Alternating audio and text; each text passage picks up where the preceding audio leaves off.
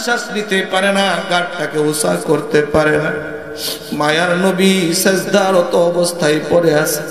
ফাতিমাতুজ জোহরা রাদিয়াল্লাহু তাআলা আনহা ছোট বাচ্চা, শরীরের ভিতরে এত পরিমাণ শক্তি নাই। মায়ার নবীর কাছে চলে এসে হাত দ্বারা উটের বনুইগুলোকে সরাইয়া দেয়, নিচে নামাইয়া দেয়।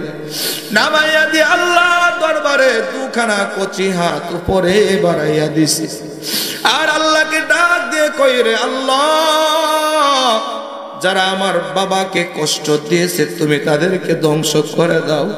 মায়ার নবীর কানের ভিতরে যখন আওয়াজ চলে গেছে, ফাতেমা আল্লাহর কাছে বদদুয়া করতেছে। মায়ার নবী ফাতেমার দুইটা হাত নিচা করাইয়া দিয়ে ডাক দিয়ে কয়, এ ফাতেমা, না না না, তুমি আল্লাহর কাছে তোমার কচি মুখ দ্বারা বদদুয়া করবে না, কারণ তুমি যদি আল্লাহ তাআলার কাছে বদদুয়া করো, আমার আল্লাহ তোমার বদদুয়া কবুল করিয়া এই মক্কা নগরের ভিতরে আল্লাহ তাআলা আযাব আর গজব দিয়া মক্কার মানুষগুলোকে ধ্বংস করে দিবে। আমি মায়ার নবী কাদের কাছে কি কালিমার দাওয়াত দিব? কথা কোন ঠিক কিনা?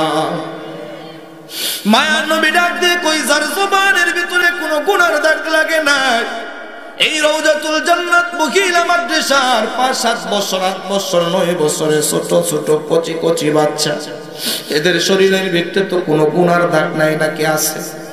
আমার শরীরের ভিতরে গুনার দাগের কোনো অভাব নাই রে বাবা। এত পরিমাণ গুনাহ করেছি, আমার গুনার খবর যদি আমার মা জানতো, আমার মা আমাকে সন্তান হিসেবে পরিচয় দিত না। আমার গুনার খবর যদি আমার ভাই জানতো, আমার ভাই আমাকে ভাই বলে পরিচয় দিত না। আমার গুনার খবর যদি আপনারা জানতেন যে মুসলমান, আমার সামনে বসে আমার ওয়াজ নসিহত গুলো আপনারাও শুনতেন না। আমার গুনার খবর যদি আমার মুসল্লিরা জানতো, আমার একটা মুসল্লি আমার পিছনে নামাজ আদায় করতো না, সকলে মসজিদ থেকে গাড় ধাক্কা দিয়ে বের করে দিত রে বাবা। এ যুবক ভাই, তোমাকে ঘর থেকে তোমার মা গাড় ধাক্কা দিয়ে বের করে দিত, আর ডাক দিয়ে বলতো, ওরে আমার কলেজার টুকরা সন্তান, তুই এত বড় গুনাহগার, আমি মা যদি আগে জানতাম, আমি মা তোর জন্য এক ওয়াক্ত খাবারও কষ্ট করে রান্না করে দিতাম না। কথা কোন ঠিক কিনা? আমি মা তোর জন্য সুন্দর বিছানার ব্যবস্থা করতাম না। আমি বাবা যদি তোর গুনার খবর জানতাম, আমি বাবা তোর জন্য এত কষ্ট করতাম না, শরীরের রক্তগুলো পানি করিয়া তোর পেছনে মেহনত করতাম না। এ সন্তান, আজকে তোর গুনার খবর জেনেছি, যা যা যা, তোর মতো সন্তান কুলাঙ্গার মার্কা সন্তান আমার দরকার নাই। ওই বাবা সন্তানটাকে ঘাড় ধাক্কা দিয়ে ঘর থেকে বের করে দিত। কথা কোন ঠিক কিনা? আমার মালিক আল্লাহ তাআলা রাখতে কইরে, দুনিয়ার মানুষ জেনে নে, এই দুনিয়ার জগতের ভিতরে কত গুনাহ করলি তোর মা জানে না, তোর বাবাও জানে না, এ তোর বন্ধু জানে না, তোর স্ত্রী জানে না, তোর সন্তান পর্যন্ত জানে না, তুই যাদের সাথে রাত দিন 24টা ঘন্টা চলো তারাও জানে না। তোর গুনার খবর আমি আল্লাহ তাআলা জানি। আমি আল্লাহ তাআলা একটা বারের জন্য বলি নাই, রে বান্দা কেন গুনাহ করতেছো, কেন অন্যায় করতেছো, আমার দুনিয়ার বুকে আর থাকতে পারবি না, যা বান্দা যা, আমার দুনিয়ার থেকে বের হয়ে যা। আমার আল্লাহ কখনো এই কথা কোনো মানুষকে বলছে নাকি? জোরে কথা বলেন, বলছে নাকি?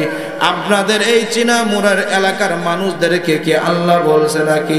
না বাবা না, এত অন্যায় করে এত গুনার কাজের ভিতরে তুমি আমি যুক্ত হয়ে যাই, আমার আল্লাহ কখনো এই কথা বলে নাই, বরং তোমার আমার জবানের দিকে আমার আল্লাহ সর্ব অবস্থায় মায়ার নজর দিয়ে তাকায়া থাকে। আয় আয় আয় টাঙ্গাইলের মুসলমান, এলাঙ্গার মুসলমান, আয় আয় জলদি করিয়া আয়, তুই অন্যায় করেছ, আমি মালিক তোর উপরে বেজার হই নাই। এ বান্দা নামাজ কাজা করেছো, আমি মালিক তোর উপরে বেজার হই নাই। এ বান্দা এতদিন নামাজ কাজা করিয়া ইসলাম থেকে দূরে চলে গেছিলা, আজকে যদি তওবার মতো তওবা করিয়া যদি ইসলামের ভিতরে দাখিল হইতে পারো, আল্লাহ তাআলা ডাক দিয়ে বলেন বান্দা, আল্লাহ তাআলা ডাক দিয়ে বলেন, ফামান তাবা মিন বাদি যুলমিহি ওয়া আসলাহা, আল্লাহ তাআলা ডাক দিয়ে বলে, বান্দা অন্যায় বুঝতে পেরেছ, এখন যদি নিজেকে ছোট মনে করিয়া নিজেকে অপরাধী মনে করিয়া আমি আল্লাহর দরবারে যদি তওবার মতো তওবা করতে পারো, আমি আল্লাহ তোমার জিন্দেগির সমস্ত গুনার ফাইলগুলোকে মুহূর্তে ক্ষমা করে দেব। বলেন সুবহানাল্লাহ। শুধু তাই নয়, মায়ার নবী ডাক দিয়ে কই রে গোলামের দল, আল্লাহ তাআলার পয়গম্বর ডাক দিয়ে বলেন, ক্বালা রাসূলুল্লাহ সাল্লাল্লাহু আলাইহি ওয়াসাল্লাতু ওয়াসসালাম আত-তাইবু কামান লা যামবা লাহু। মায়ার নবী ডাক দিয়ে কয়, যদি কোনো ঈমানদার চোখের পানি সারিয়া আমার আল্লাহর দরবারে লজ্জিত হইয়া আল্লাহর কাছে যদি তওবা করে, ও দয়ার মালিক, আমি তোমাকে চিনতে পারি নাই, আমি তোমার পরিচয় পাই নাই, আল্লাহ আমি অনেক অন্যায় করেছি।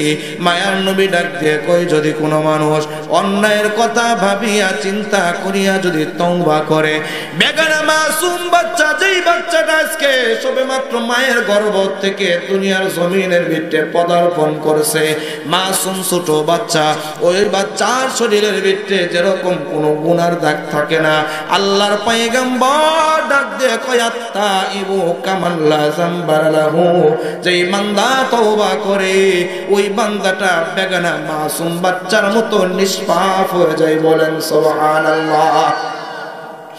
আল্লাহ তাআলা তোমাকে আমাকে মাফ করার জন্য ডাকে, আর তুমি আমি ঘাড় তেরামি করিয়া আল্লাহ থেকে শুধু দূরে চলে যাই। কথা কোন ঠিক কিনা?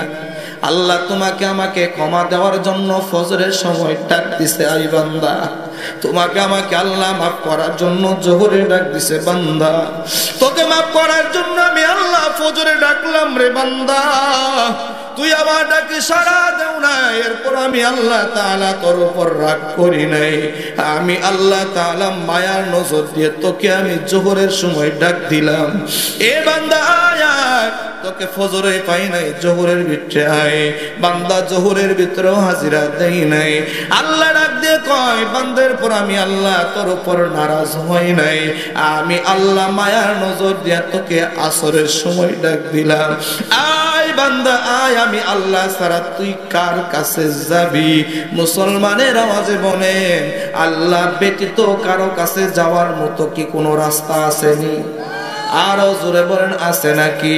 আমার আল্লাহ ডাক দিয়ে কই, বান্দা তোকে আসরের সময় ডাক দিলাম, ওই সময় তোকে পাই নাই, আমি আল্লাহ তাআলা রাগ করি নাই, আমি আল্লাহ তাআলা মায়ার নজর দিয়া তোকে আমি আল্লাহ মাগরিবের সময় ডাকলাম, বান্দা ফজরে পাই নাই, রাগ করি নাই। জোহরে ডাকলাম, জোহরে পাই নাই, রাগ করি নাই। আসরে ডাকলাম, আসরে পাই নাই, রাগ করি নাই রে বান্দা। আমি আল্লাহ তাআলা তোকে মাগরিবে ডাক দিলাম, আই বান্দা আই।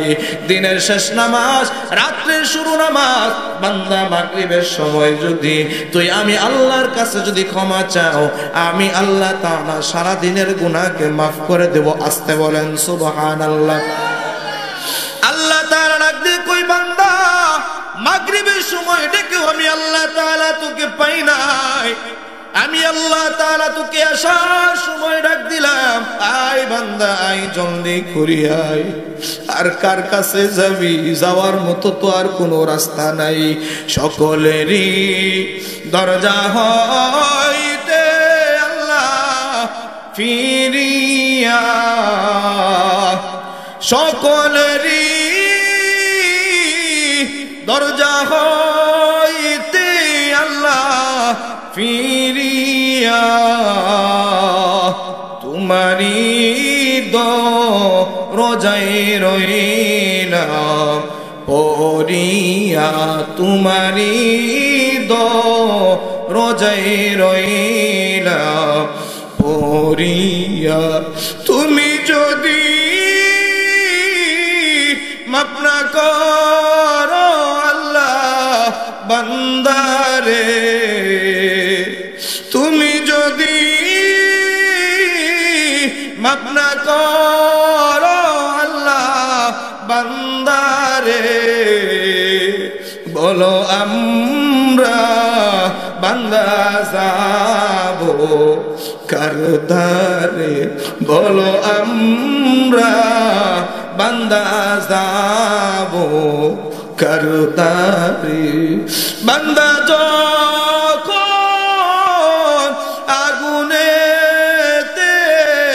জ্বলিবে বান্দা যখন